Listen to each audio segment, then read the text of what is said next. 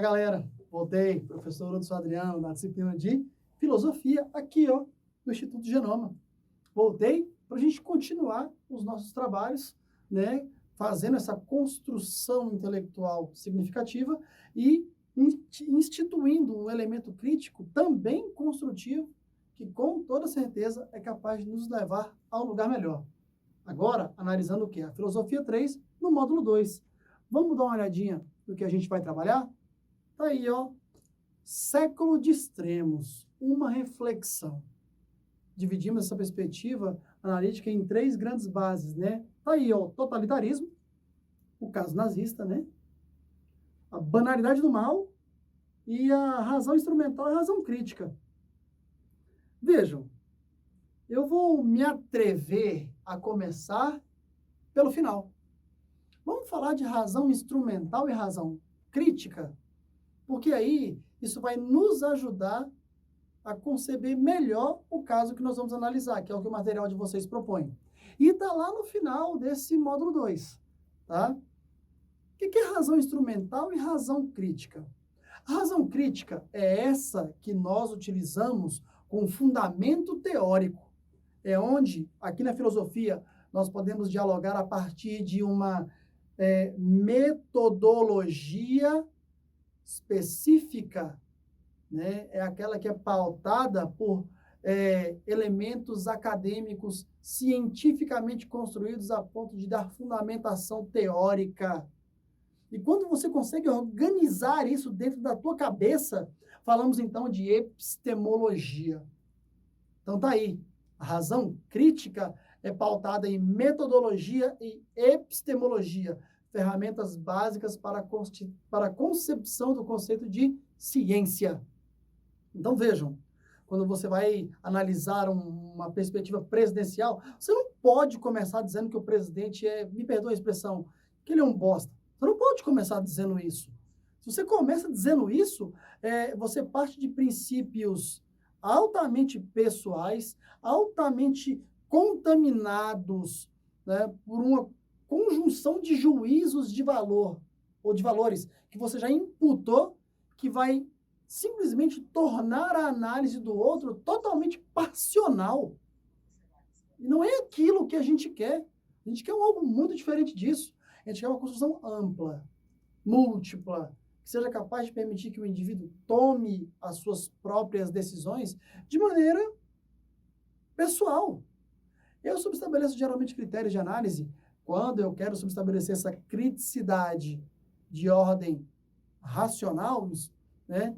Eu trabalho a seguinte base. Se eu tiver que falar do governo Lula, eu coloco 10 pontos positivos, 10 negativos.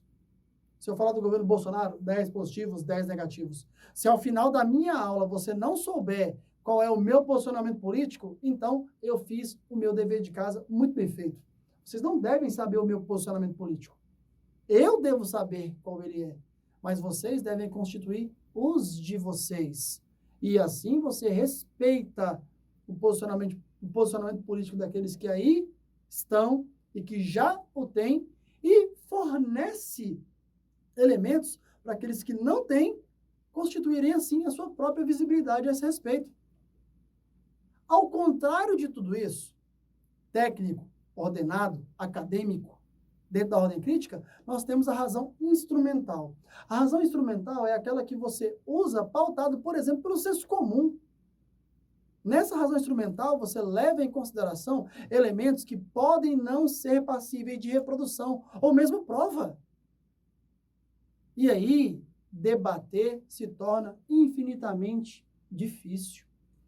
Eu diria a vocês, e eu peço perdão pela crítica que eu vou construir, mas ela é uma crítica construtiva. Muitos dos youtubers que nós temos hoje, né, que vão falar de elementos históricos, não têm informação histórica, não tem base metodológica, epistemológica, nem muito menos literária. Se leram alguma coisa, só leram o que quiseram. E aí reproduzem a visão que também querem. E isso torna a nossa perspectiva de debate muito passional. E ciência não se faz com esse tipo de passionalidade, não.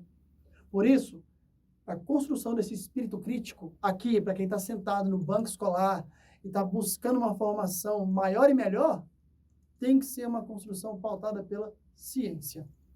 Essa é a parte final que aparece no material de vocês. É o terceiro item desse tema que a gente está debatendo.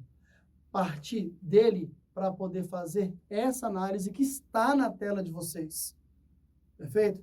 O que eu vou falar para vocês agora é algo técnico, certo? Se você quiser discordar e brigar, eu vou pedir para que você traga para a gente bibliografia. Vamos lá.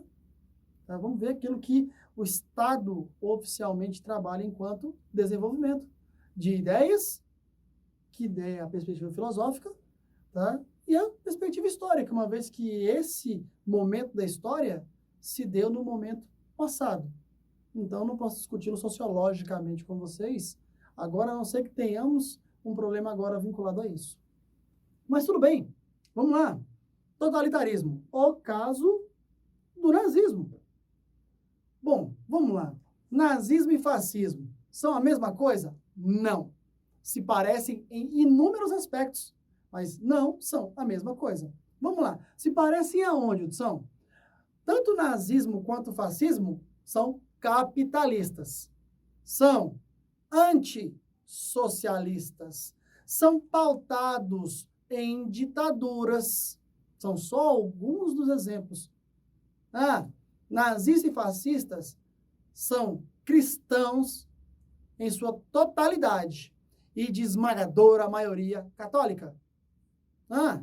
E tem uma tendência louca a odiar judeus.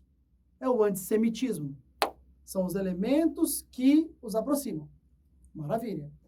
Porém, eu costumo dizer para meus alunos que o nazismo é o fascismo piorado. A teoria nazista surge posteriormente à teoria fascista.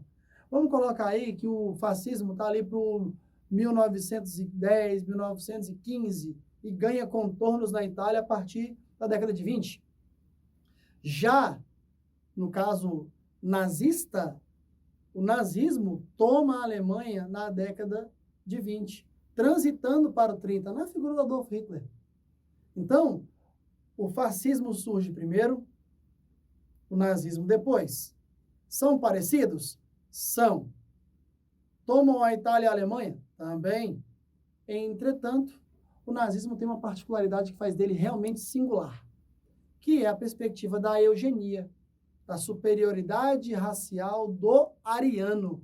E para isso, ele comprovar a sua superioridade, nós podemos analisar um pouco aí das Olimpíadas de Munique, de 36, né? De como Hitler tentou colocar a raça ariana como superior e deu com os burros d'água em muitos momentos, né? Observem a história do Jesse Owens, corredor, né, norte-americano, negro. Vejam como ele é figurado na história. Vale a pena. Porém, onde eu quero chegar? Na perspectiva da eugenia, na perspectiva da superioridade racial branca-ariana, eles tentaram dizimar todos aqueles que eles julgaram ser diferentes.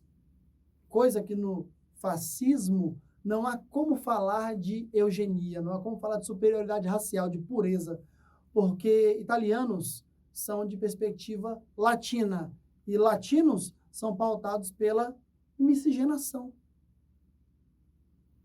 Por isso, o fascismo ele é um tanto mais brando do que o nazismo. E nesse caso aqui, nós vamos analisar muito aquilo que a filósofa, historiadora Hannah Arendt coloca para a gente, de que, olha, esses regimes totalitários tomaram o mundo? Tomaram. Ali o centro europeu, o eixo? Sim. Lá o sudeste asiático, o Japão? Também. São eles que vão proporcionar a Segunda Guerra Mundial? Claro que sim. É isso que vocês estudam em história contemporânea, já chegando aqui próximo do presente imediato, né? Então, ali da Segunda Guerra Mundial para cá, os debates são muito exacerbados, ainda muito à flor da pele, né? Então, é isso que a gente vai analisar. Dá uma olhadinha, por favor, aí, ó, no terceiro parágrafo. Tá assim, ó. Foi em razão desse contexto que a figura de Adolf Hitler e suas ideias alcançaram tanta projeção. Filiado ao Partido Nacional Socialista Alemão. Opa, vamos parar um pouquinho. Partido Nacional Socialista. Ô, pessoal, está querendo dizer que o nazismo é de orientação socialista? O nazismo é de esquerda? Pelo amor de Deus. Se você pensar assim, ou ouvir alguém dizer isso, tapa os ouvidos. Isso aqui, gente, é em alemão. Nacionalsocialismo na Alemanha significa ultradireita, tá? Então, isso é alemão, isso não é português.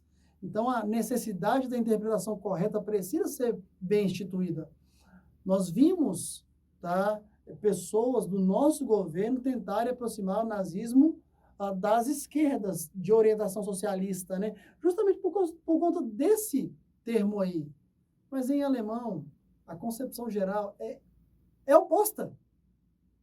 Por isso, pelo amor de Deus, nazismo é em perspectiva política de orientação de direita, enquanto o socialismo é de perspectiva, de fato, esquerdista. Então, tenhamos isso como princípio. Vamos finalizar aí, ó. Assim, sua proposta soava como possibilidade de salvação para o povo alemão. Opa, então vamos entender isso aí um pouquinho melhor, né? O que acontece com o povo alemão para que ele possa aceitar essa bizarrice, né? É algo simples. Vamos olhar para a Primeira Guerra Mundial. O alemão é devastado. Vamos olhar para o Tratado de Versalhes. O alemão é humilhado. Então, em 1918, o alemão é considerado o principal perdedor da Primeira Guerra Mundial e mergulha, assim, numa depressão violenta. Então, quando você vê ali na Liga das Nações, ela se montando ali ao final da Primeira Guerra Mundial, né? E aí, ela dando base para essa reorganização europeia, de cara, eles já decretam que a Alemanha vai pagar 33 bilhões de dólares em 1918 para os países considerados vencedores. Ao final da Primeira Guerra Mundial, além de derrotada e agora humilhada, ela possui uma das maiores dívidas externas do mundo. A pergunta é, como pagar? Então, a Alemanha entra numa grande depressão. E aí, isso é problema para quem administra a Alemanha. Como gerar a solubilidade desses problemas todos? Pobreza, miséria, falta de educação, saneamento básico, né, uma dívida externa cavalar, uma inflação galopante. Então, de 1918 até 1930, a Alemanha vive um marasmo.